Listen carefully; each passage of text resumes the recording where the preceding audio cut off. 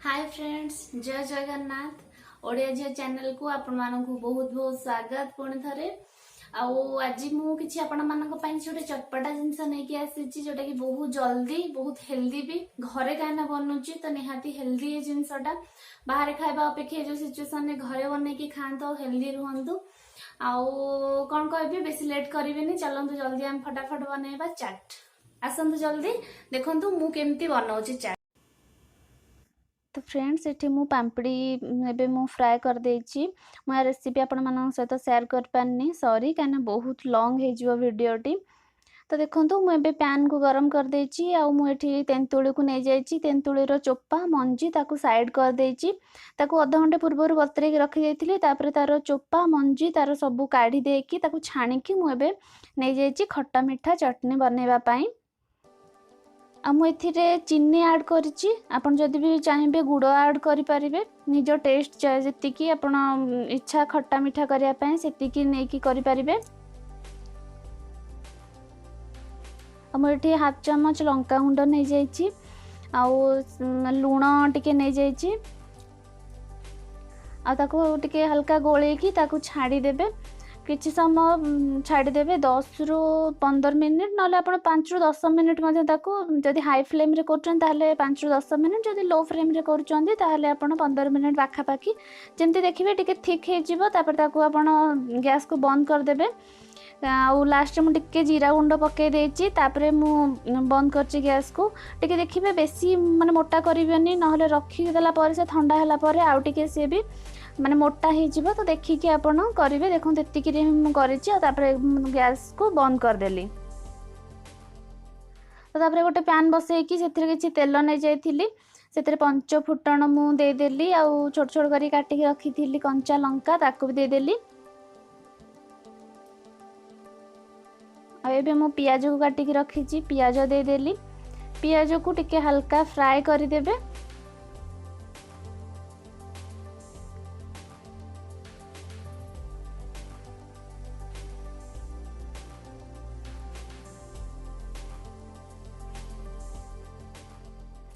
टिके टिके golden brown colour हे गलानी। तो एबे आमे ए टाइम रे छोट छोट करिकी जो काटी के रखिछंदी टमाटो ताकू दे दबा आ टिके ताकू भल से टिके फ्राई करि देबे। तापरे हम गाजर को हम कोन करछि ना कद्दूकस करिकी ताकू छोट छोट एकदम पूरा बारीक बारीक करिकी ताकू मु पके देछि। आपण ए टाइम रे गाजर आ बीट भी नै परिबे, किंतु मो पाखरे बीट नथिला तो सेतिबे मु खाली गाजर को नैछि। बीट नेले आपनकर नेचुरल कलर भी पळे आसीबो, किंतु मो पाखरे जेतु नाही तो मु नै पारिनी। तो ताकू टिके हल्का फ्राई कर देबे।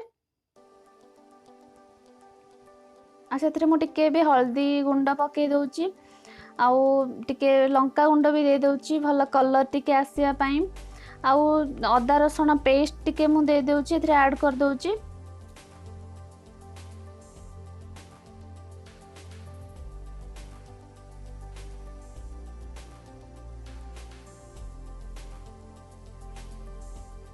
तबे मु टिके हल्का पानी देकी ताकू मु एबे टिके सिझे देबी जेमति कि टमाटो टिके लई जीवो। तापरे हमें मसला रेडी हे जीवो।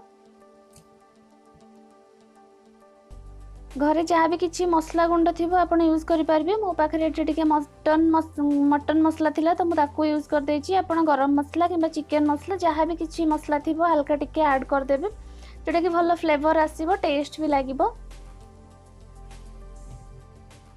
तो मसला ये आमर फ्राए हो गलानी। एबे मु आलू को टिके हल्का हल्का मैश करके रखी देइथिली तो ताकू मु एबे ऐड कर देछि।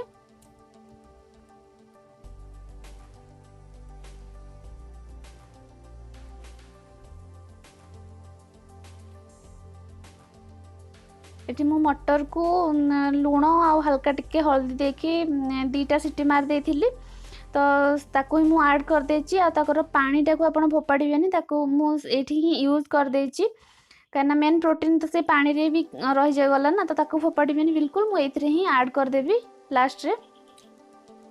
ताकू टिके मैश करिकी भल भलो की टिके गोळेई की ताकू टिके कसी देबे।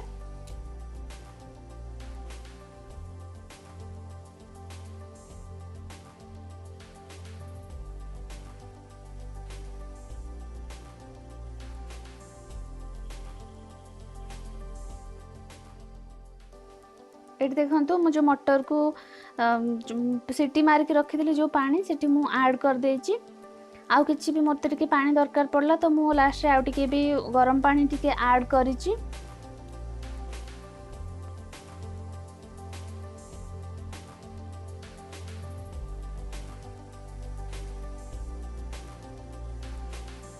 तो ये देखो मुझे चाट मसला ऐड कर देची।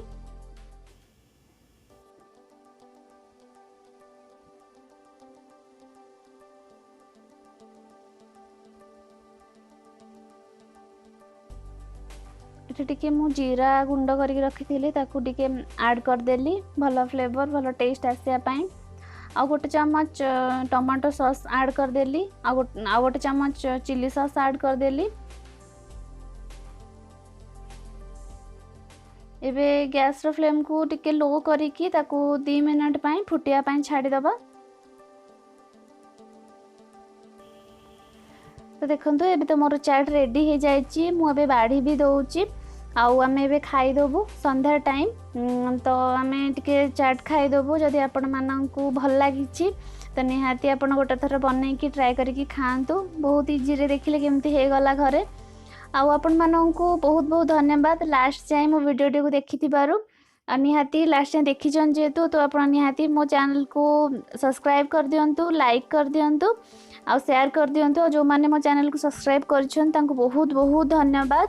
और जो माने नुआ देखुचंदी तो निहाती मो चैनल को सब्सक्राइब कर दियंतु। पुणी गोटे नुआ ब्लॉग रे आपण मानक सहित मु देखा हेबी।